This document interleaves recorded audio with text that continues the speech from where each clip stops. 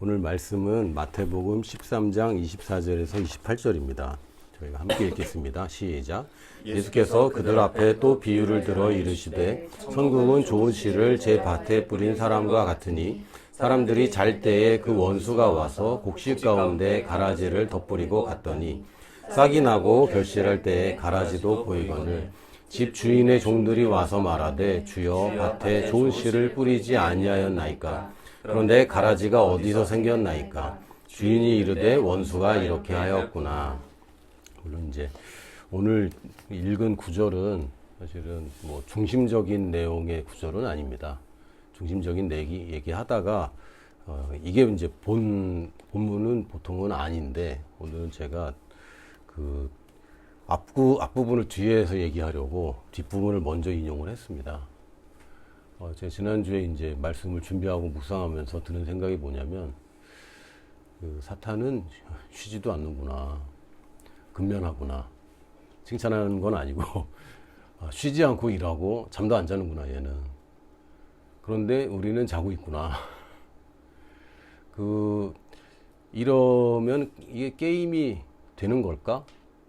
여러분 뭐, 대학교 입시 준비할 때, 저 때는 사당 오락 뭐 이런 얘기가 있었어요. 4시간 자면 붙고 5시간 자면 떨어진다. 물론 그대로 하는 사람은 극소수고, 이제 극소수가 이제 좋은 대학 원하는 대학에 갔겠죠. 근데 우리가 분명히 이 땅에 사는데 원수도 분명히 있다. 그리고 원수가 지금도 열의를 하고 있다. 근데 지금 저를 비롯해서 많은 크리스찬들이 좀 쉽게 생각하는 부분들, 그냥 뭐 이대로 뭐 잘 되고 있는데 뭐 이 정도로 좀 경각심이 없는 부분들을 제가 발견하고 오늘 메시지를 나누려고 합니다. 그래서 원래 나누려고 하는 얘기는 씨 뿌리는 비유에 관한 얘기입니다. 이 씨 뿌리는 비유는 마태복음 13장 18절부터 이제 나오고요. 그 다음에 이 씨 뿌리는 비유가 끝나고 나면은 방금 읽은 그 구절들이 나옵니다. 제가 18절부터 23절까지 읽어드릴게요. 그런즉 씨 뿌리는 비유를 들으라. 아무나 천국 말씀을 듣고 깨닫지 못할 때는 악한 자가 와서 그 마음에 뿌려진 것을 빼앗나니 이는 곧 길가에 뿌려진 자요 돌밭에 뿌려졌다는 것은 말씀을 듣고 즉시 기쁨으로 받되 그 속에 뿌리가 없어 잠시 견디다가 말씀으로 말미암아 환난이나 박해가 일어날 때에는 곧 넘어지는 자요 가시떨기에 뿌려졌다는 것은 말씀을 들으나 세상의 염려와 재물의 유혹에 말씀이 막혀 결실하지 못하는 자요 좋은 땅에 뿌려졌다는 것은 말씀을 듣고 깨닫는 자니 결실하여 어떤 것은 100배, 어떤 것은 60배, 어떤 것은 30배가 되느니라 하시더라. 아멘. 이 비유를 들을 때마다 저도 그랬던 것 같고요. 또 성도들이 나중에 이제 반응이나 또 이제 나누는 모습들을 보면 이 돌밭하고 가시떨기에 가장 은혜를 많이 받으시더라고요. 저는 돌밭인 것 같아요 라고 얘기하는 사람과 가시떨기가 있는 것 같아요 라고 얘기하는 사람이 제일 많고, 저는 옥토입니다 하는 사람은 제가 한 번도 본 적이 없는 것 같아요. 물론 이제 길가라고 주장하는 사람은 없어요. 이미 교회에 와 있기 때문에.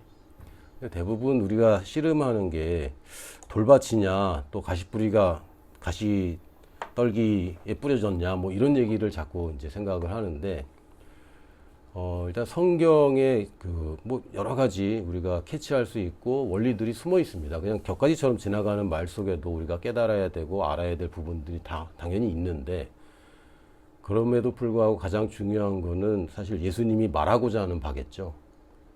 그래서 이 비유에 대한 제목이 있습니다. 이거는 좋은 밭의 비유가 아닙니다. 나쁜 밭의 비유도 아닙니다. 씨를 받는 밭의 비유가 아니라 예수님이 뭐라 했냐면 씨 뿌리는 비유라고 분명하게 제목을 만드셨어요. 이거는 씨를 뿌리는 것에 관한 얘기지 씨를 받는 것에 관한 얘기는 아닙니다. 물론 씨를 받는 입장에서도 돌아볼 수는 있겠지만 일단 예수님의 그 의도는 씨를 뿌리는 얘기를 하고 싶은 거죠. 근데 많은 사람들이 씨를 뿌리는 사람 위치에 자기를 두지 않고 씨를 받는 밭에다 자기를 둬요. 예수님은 씨 뿌리는 얘기를 하는데 우리는 씨 받는 얘기를 하는 거예요. 발음이 조금 이상하긴 한데 뭐라고 해야 되지? 씨 밭도 이상하잖아요. 예수님은 씨 뿌리는 사람을 우리를 들으라고 이게 주제고 주인공이라고 얘기를 하는데 우리는 자꾸 밭에다 자기를 놓는 거죠. 그러니까 이게 예수님이 말하고자 하는 바랑 듣고자 하는 사람들이 다릅니다. 우리 정직하게 솔직하게 말씀드리면 사람이 성경을 보더라도 보고 싶은 걸 봐요. 그래서 원래 예수님이 말하고자 하는 바가 사실은 제일 중요합니다.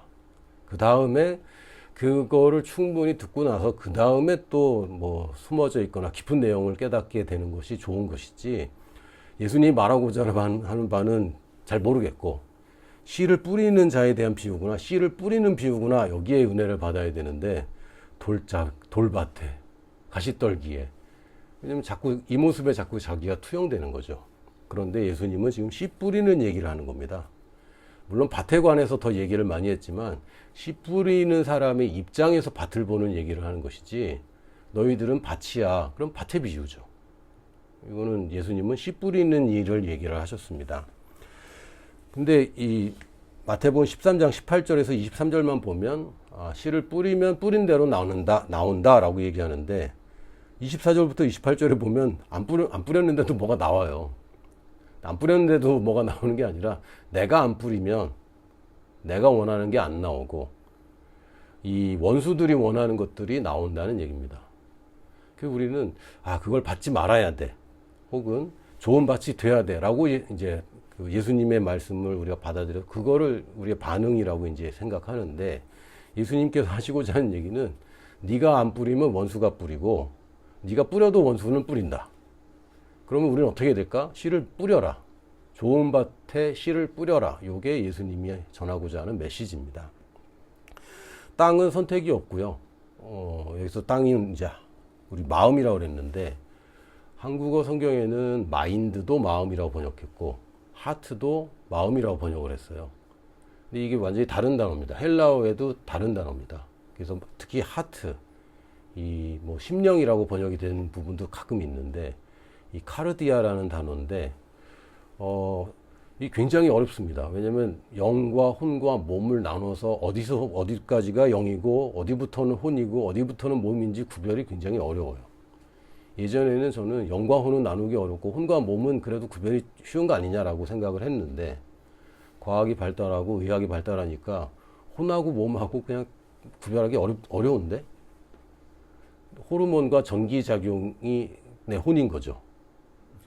좀 너무 비인간적이다.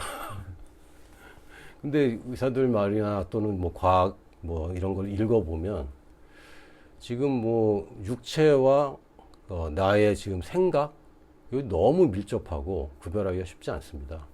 영과 혼도 나누는 게 쉽지 않다고 느껴져요.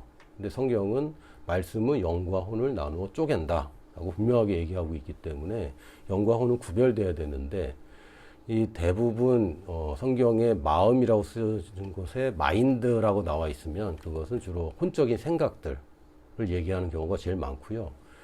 하트라는 단어를 굳이 쓴 이유는 그 중에 영적인 부분들을 다룰 때 보통 하트를 씁니다. 그래서 하트를 심장이라고 번역하든지 아니면 한국말로는 마음밖에 없어요, 사실. 그래서 심령이라는 말로 구별을 하기도 하는데, 심령이란 말은 너무 안 쓰는 말이라. 근데 저는 더 좋아하는 번역은 중심이라고 번역하는 걸 더 좋아합니다. 그래서 하트는 말 그대로 나라는 존재의 가장 깊숙하고 중심이 되는 부분.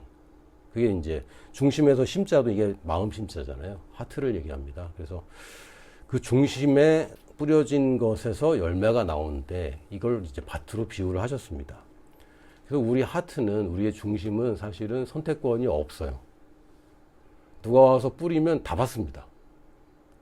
어떤 사람은 그러더라고요. 자기는 귀가 얇대. 근데 귀가 두꺼운 사람은 제가 만나본 적이 없어요. 다 얇습니다. 왜냐하면 들으면 우리는 하트에 일단 떨어지게 돼 있어요. 무조건 떨어집니다. 듣는 것을 주의하지 않고 오만 것을 다 들으면 오만 것이 다 심겨지는 거고 오만 것들이 막 나오게 되어 있어요. 한국이나 지금 모든 현대사회가 하나님의 말씀에 다른 씨들이 그냥 마구 뿌려지고 있죠. 밭의 입장에선 그렇습니다. 그럼 우리는 뭐 밭을 잘 관리해야지, 그래서 듣는 걸 조심해야지, 이것도 맞는 반응입니다. 그러나 그것보다 더 중요한 반응은 씨를 더 뿌려야 되겠구나. 나는 씨 뿌리는 사람이다 라고 자기 위치를 제대로 아는 것입니다. 씨는 뿌리는 것이고 말씀은 말하는 것입니다. 제가 몇 주에 걸쳐서 말씀은 입에다 두는 것이라고 강조를 했는데 이걸 똑같이 얘기합니다. 재밌는 게 한국말에도 말과 씨를 동일시하는 속담이 있어요. 말이 씨가 된다. 너무 성경적인데? 이거 어떻게 알았지?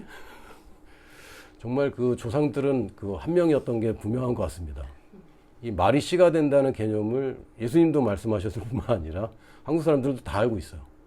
그래서 말 조심해. 말이 씨가 되니까. 오, 너무 잘 알고 있는 거죠. 그 말씀은 말하라고 주신 것이고, 다시 한번 말씀도 우리 듣는 기능을 주로 사용하지만 사실은 우리에게 말씀을 주신 것은 입에다 두라고 주신 것이다 라고 성경은 얘기하고 있습니다. 씨는 뭐 하라고 주신 거죠? 뿌리. 물론 먹기도 합니다. 견과류도 먹고 맛있게 먹는데 씨는 뿌리라고 주신 것입니다. 말씀은 말하라고 주신 것입니다. 마태복음 15장 11절에 13절에도 입으로 들어가는 것이 사람을 더럽게 하는 것이 아니라 입에서 나오는 그것이 사람을 더럽게 하는 것이다. 먹을 때 우리가 좋은 거 먹어야 되고 더러운 거 먹으면 안 되죠. 그런데 예수님은 지금 육신 얘기하는 게 아니라 영적인 얘기를 하시면서 사람이 듣는 것이 사람을 더럽게 한다. 이렇게 얘기를 안 하셨어요. 사람 입에서 나오는 것이 더럽게 한다. 그러니까 개념적으로는 내가 듣는 것이 내 생각을 혼탁하게 하고 헷갈리게 한다고 생각하는데 그건 혼적인 반응인 것이고 영적인 그 원리는 내가 말하는 것이 나를 더럽게 할 수 있는 것입니다. 마치 내가 씨를 뿌리면 밭에서 그게 나오는 것처럼 내가 무슨 말을 하는가가 결국은 나를 더럽게도 하고 깨끗게도 합니다. 말은 나가는 거잖아요. 네, 근데 심기는 거예요. 내 입에서 나와서도 내 하트에 심깁니다. 물론 다른 사람이 뿌리는 것도 내 하트에 심기고 내가 심는 것이 다른 사람의 하트에 심기기도 하지만 기본적으로는 내가 말하는 것이 나의 하트에도 심깁니다. 그래서 이 제자들이 나와 이르되 바리새인들이 이 말씀을 듣고 걸림이 된 줄 아시나이까. 예수께서 대답하여 이르시되 심은 것마다 내 하늘의 아버지께서 심으시지 않은 것은 뽑힐 것이니. 물론 이제 맥락은 다르지만 갑자기 또 심는 얘기를 하세요 또. 그래서 예수님의 그 생각, 사고 방식 이 구조에는 말씀과 씨는 굉장히 밀접하게 연관된 단어라고 저는 보여집니다. 물론 이제 여기서 심는다는 얘기는 바리새인들 얘기를 하는 것인데 말씀이 나올 때마다 심는 얘기는 굉장히 빈번하게 나오는구나. 말하는 것과 심는 것의 연관성에 대해서 제가 발견을 하게 됐고요. 입에서 나온 말이 나를 깨끗게도 하고 더럽히기도 합니다. 그래서 나의 중심, 나의 하트, 심령, 나의 마음 깊숙한 곳은 나의 입과 연결되어 있습니다. 그래서 무엇을 먹느냐보다 중요한 것은 무엇을 말하느냐인 것이고, 우리가 자꾸 설교를 들으려고만 하는 것에서 좀 우리가 영양소의 불균형 상태가 좀 있습니다. 뭐 다른 데도 그렇긴 하지만 이제 특히 인터넷이 발전하고 코로나 이후로 유튜브에 그 설교가 올라오는 것 양이 굉장히 많아졌습니다. 미리 하신 분들도 계시고 뒤늦게 하신 분들도 계시는데 그거만큼이나 또 수요가 많이 생겼어요. 교회를 못 가는 시절이 있었잖아요. 그러니까 성도들이 이제 좋은 말씀을 찾아서 듣기 시작한 거죠. 물론 그 전에도 목사님이 설교를 잘하고 목사님 설교가 아주 좋은 그 말씀, 제가 싫어하는 표현 중에 하나 있는데, 우리 목사님은 말씀이 좋아. 좀 이상한데? 목사님이 좋다는 거야? 말씀이 좋다는 거야? 말씀은 늘 좋죠. 근데 우리 목사님은 말씀이 좋아. 주어가 두 개인데 좀 이상해요. 어떻게 해석해야 되는 겁니까? 설교 잘한다는 얘기죠.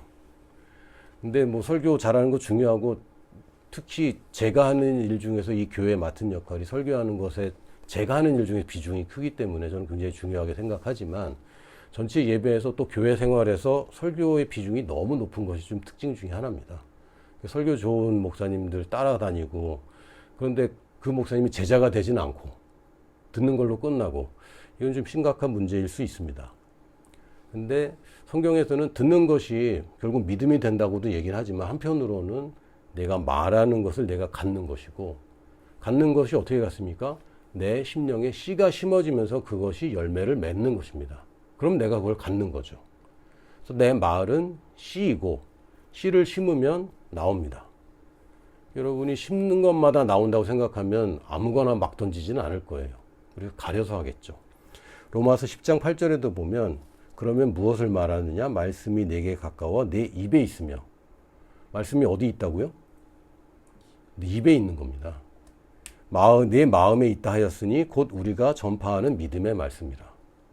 그러니까 말씀이 두는 곳은 내 입과 마음, 이 두 곳입니다. 이 뇌에다 두는 게 아닙니다. 뇌에다 두는 건 뿌리기 위해서 바구니에 담고 있는 것이지, 내 뇌에 있는 말씀은 뿌리도 내리지 못하고 아무 역할이 없습니다. 그냥 보관되어 있는 거예요. 여러분이 곡식자루를 갖고 있는 겁니다. 말씀이란 씨가 곡식자루에 들어있을 때는 아무 역할이 없어요.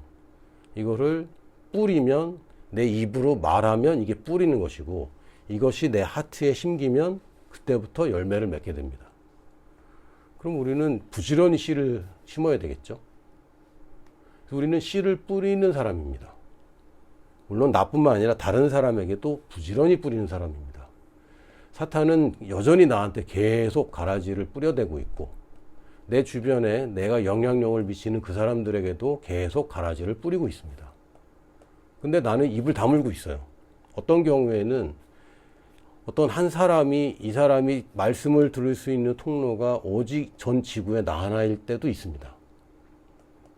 그런 시절이 아주 좁게는 저희 자녀들, 아버지 말고는 말씀을 전할 수가 없는 상황. 라오스에서 특히 한국말 통하는 사람이 아빠밖에 없으니까. 엄마도 있습니다. 근데 부모밖에 없으니까. 그런 경우도, 그런 상황도 있죠. 그리고 주변에 크리스찬이 없는데 이 사람이 알고 있는, 그리고 이 사람에게 복음을 전할 수 있는 사람이 나 유일할 수도 있어요. 그러면 책임감이 확 올라가더라고요. 누군가 하겠지. 아니에요. 그렇지 않을 수 있거든요. 근데 내가 이 사람한테 내가 뭘 뿌리고 있는가? 이거는 우리가 주의해야 되고, 나는 씨를 뿌리는 사람이지, 씨를 받아서 열매를 맺게 하는 건 내 하트가 그냥 자연히 하는 거야. 물론 그 씨를 열매 맺게 하는 것은 씨가 아니라 사실은 땅입니다. 그래서 모든 동물들과 식물들의 구성 성분은 땅의 구성 성분과 동일합니다. 모든 그 성분은 다 땅에서 왔기 때문에 이 땅이 씨 맺는 채소를 냈다라고 창세기에 써 있죠. 결국은 하트가 중요한 거긴 하다. 그래서 모든 터전은 하트에서 이제 시작이 되고 여기서 이제 자라게 되는데, 근데 씨를 안 뿌리면 그냥 땅은 잡초를 내는 거예요. 땅은 무조건적으로 뭔가를 내게 되어 있습니다. 근데 하트는 우리 안 들을 수 없잖아요. 계속 듣지 않습니까? 듣는 것을 주의하는 것도 한계가 있는데, 하트는 들은 것마다 열매를 만들어내기 때문에 내가 원하는 것이 있다면 내가 원하는 말씀을, 씨를 지속적으로 뿌릴 필요가 있습니다. 우리 심는 대로 거둔다. 이거는 성경에 나와 있는 굉장히 거대한 대전제의 원칙 중에 하나입니다. 뿌린 대로 거둔다. 갈라디아서 6장 7절에 보니까 스스로 속이지 말라. 하나님은 업신여김을 받지 아니하시니 사람이 무엇으로 심든지 그대로 거두리라. 저는 이 말씀 보면서 좀 무섭더라고요. 스스로 속이지 말라라는 말이, 젊었을 때는 난 안 속이는데 라고 생각했는데, 나이를 먹으면서 내가 혹시 스스로 속이고 있는 거 아닌가? 라는 생각을 가끔 하게 됩니다. 이 굳어져 있는 거, 굳어져 있고 그냥 당연하게 생각하는 것들이 사실은 내가 스스로 속이고 있는 것이 아닌가라는 생각을 하는데, 여기서 말씀하는 거는 사람이 무엇을 심든지 심은 거를 거두는 거야. 심지 않은 데서 거두려고 하는 것은 뭡니까? 하나님을 업신여기는 거고, 안 심어놓고 심었다고 하는 것은 스스로 속이는 겁니다. 그러니까 우리가 기도할 때 왜 기도응답이 잘 안 될까요? 안 심었어요. 안 심고 거두려고 합니다. 하나님이 열매를 우리에게 던져주는 적이 없어요.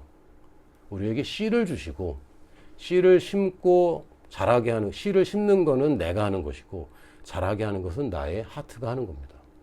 그래서 결국 내 믿음의 결과가 오게 되는 거죠. 그게 기적의 형태든 아니면 내가 바라는 것이든 해결해야 되는 문제든 중보기도든 간에 이게 실제로 열매를 맺는 과정인데, 우리는 자꾸 심지는 않고 하나님께 자꾸 열매를 달라고 얘기를 해요.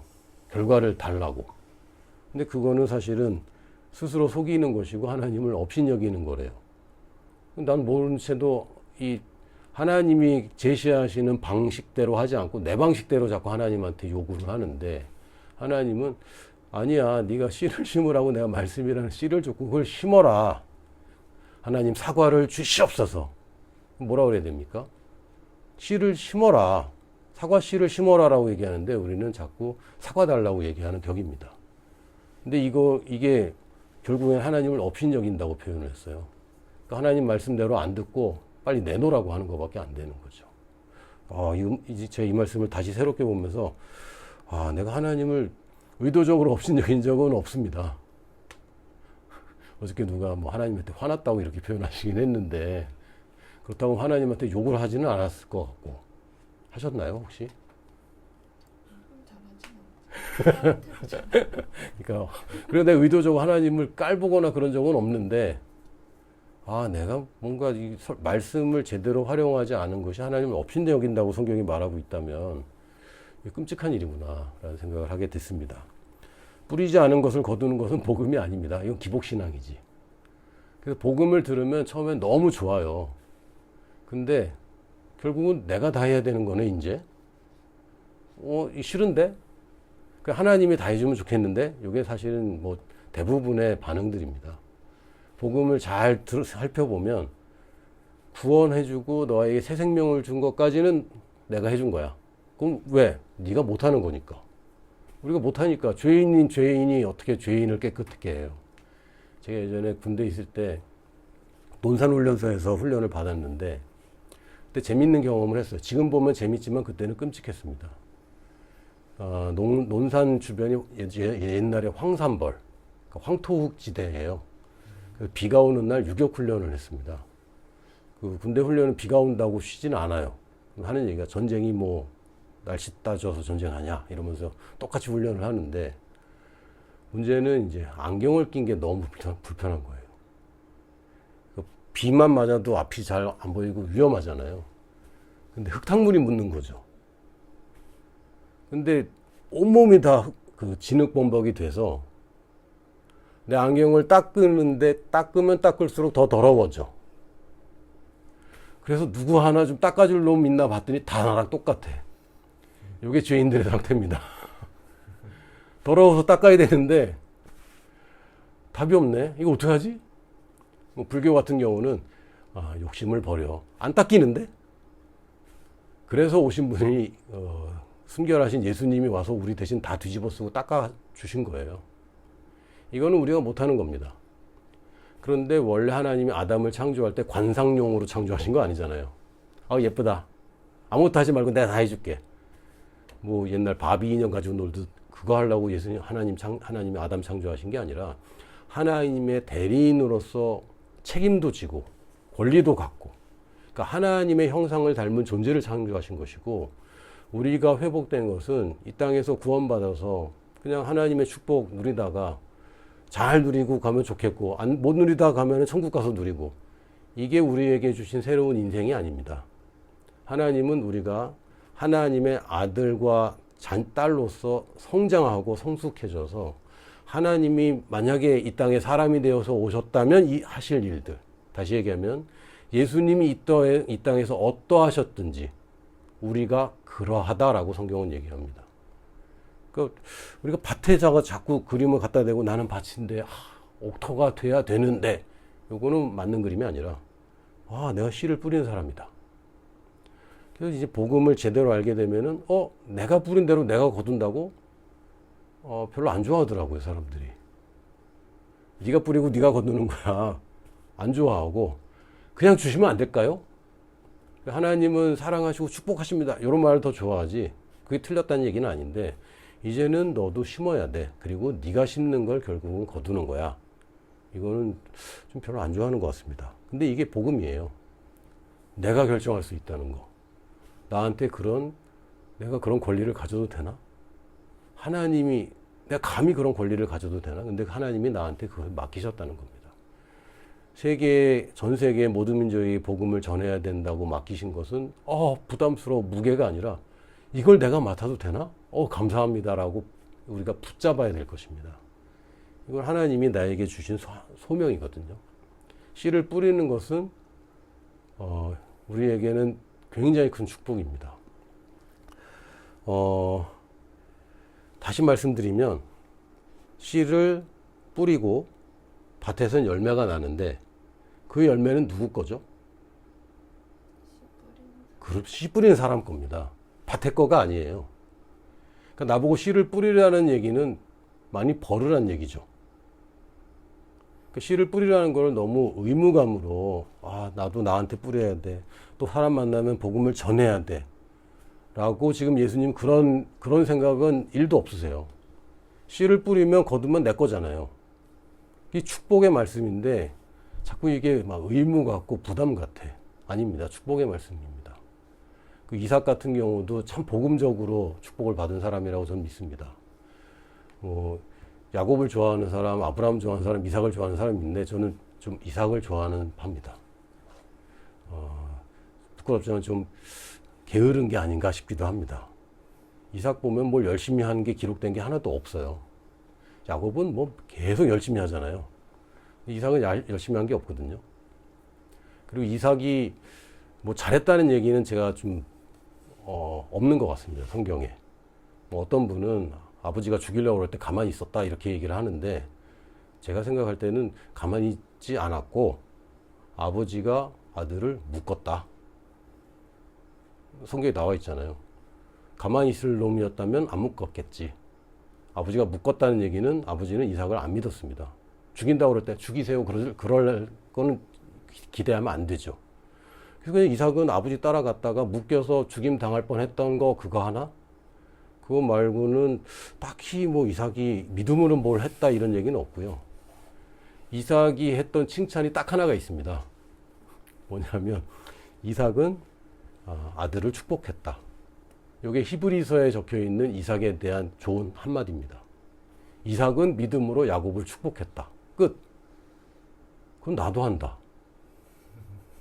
내 애들 내가 이뻐하고 사랑하는데 축복을 왜 안 해? 그건 나도 한다. 근데 그 얘기가 아니라 이삭이 복을 받은 이유는 성경에 아주 간결하지만 정확하게 얘기하고 있습니다.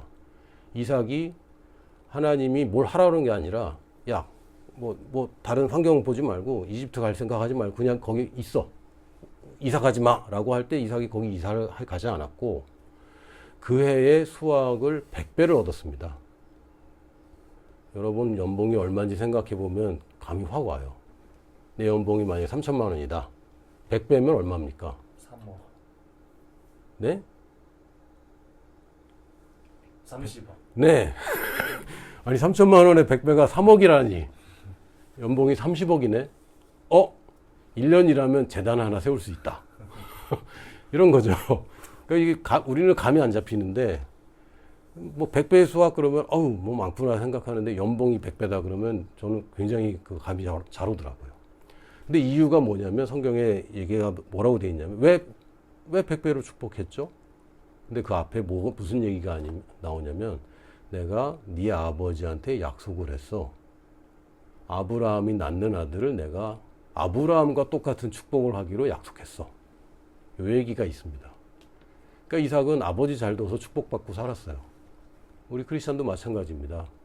뭐 육신의 아버지는 잘못 만날 수도 있지만 예수님을 잘 만났어요. 예수님 덕분에 우리가 하나님의 아들이 누려야 되는 특권들을 우리가 다 누리는 겁니다. 그래서 이삭이 외아들은 아닙니다. 아브라함 입장에서는. 형이 하나 있었고 이스마엘이라는. 이 아브라함 할아버지가 회복되셔서 사라 할머니 돌아가시고 재혼을 하세요. 아들 6을 더 낳습니다. 일시적인 축복이 아니라 하나님이 주시는 회복은 제대로 된 회복이었던 거죠.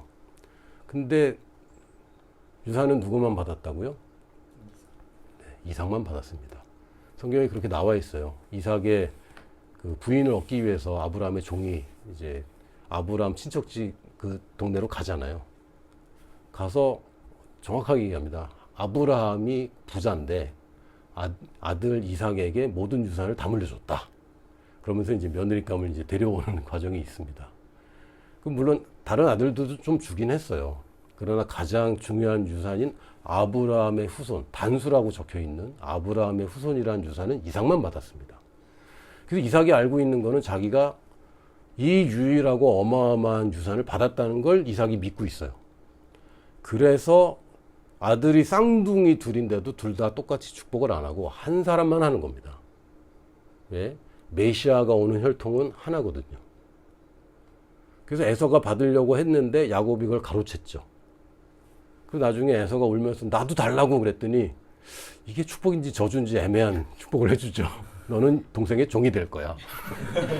아니 말이라도 좀. 근데 이삭은 그 믿음을 양보할 수가 없어요. 자기가 살아오면서 경험한 게 아버지한테 축복받은 거 말고 자기 잘한 게 하나도 없는데, 아니 뭐 어느 동네 가서 우물이 있어서 거기 좀 머물라 그러면 나가라 그러고, 나가라 그러면 이삭이 큰 세력 아닙니까? 아비멜렉이 왕이란 뜻입니다. 이 왕이 너 너무 많아서 우리랑 같이 못 있겠다. 그리고 왕하고 개인이 평화 조약을 맺잖아요. 이게 뭡니까? 나라 대 나라도 아니고 나라 대 개인이 대등한 세력인 거예요. 그러니까 아브라함 시절에 318명의 전쟁할 수 있는 사람을 데리고 다녔고, 대단한 직원이 318명짜리 기업인 거죠. 웬만한 뭐 중소기업보다 큽니다. 지금 현대로 봐도. 근데 그걸 누가 다 물려받았어요? 이삭이. 그러면 사실은 얘네들이 이렇게 뭐 이렇게 시비 걸면 그냥 털어버리면 되거든요. 근데 이 사람 뭐 합니까? 미안, 그러고 다른 데로 가요. 근데 또 우물이 또 있네? 또 내놓으라고 그러면, 그러고 가요. 또 파면 또 우물에서 또 물이 나오고, 또 내놓으라고 그러고, 이걸 4번이나 합니다. 4번이나 할 때 주변에서 쟤는 안 되겠다. 시비 걸지 말자. 쟤 어차피 시비 거는데 시비 걸 때마다 더 잘 된다. 그러니까 아브라함의 축복이 뭔지를 이삭은 늘 경험하고 살았습니다. 이삭이 잘못한 것만 기록돼 있어요. 부인을 이제 오빠라고 해라 그러고 속여서 뭐 이런 건 아버지랑 똑같은 짓을 하기도 했는데, 이삭의 행위와 상관없이 아브라함의 축복이 따라다니는 거. 그래서 야곱을 축복할 때 에서를 더 이상 축복을 못 합니다. 이 갈라디아서에는 뭐라고 표현하면 아브라함의 후손들이 아니라 단수로서의 후손이 계보로 내려오다가 예수 그리스도의 딱 이 순간부터는 후손들이 되는 겁니다. 그러니까 아브라함이랑 후손이라는 단수가 다 각각이 되는 거죠. 이게 아브라함의 축복입니다. 근데 내가 이런 복을 받았구나. 그렇다고 가만히 있는데 하나님이 100배의 곡식을 자루를 준 게 아니고 씨를 심으면 100배의 수확을 주시는 거죠. 이게 원칙입니다. 근데 우리가 원칙을 자꾸 모욕하고 하나님 주세요, 달라고요. 뭐 저 어렸을 때도 뭐 기도원 가서 막 부르짖어 기도하라고 막. 저는 저희 아이들이 저한테 부르짖어서 뭘 달라고 그러면 싫습니다. 그건 내가 안 주고 버티고 있다는 얘기밖에 안 되고, 야 아빠 귀 안 먹었다 살살 얘기해라.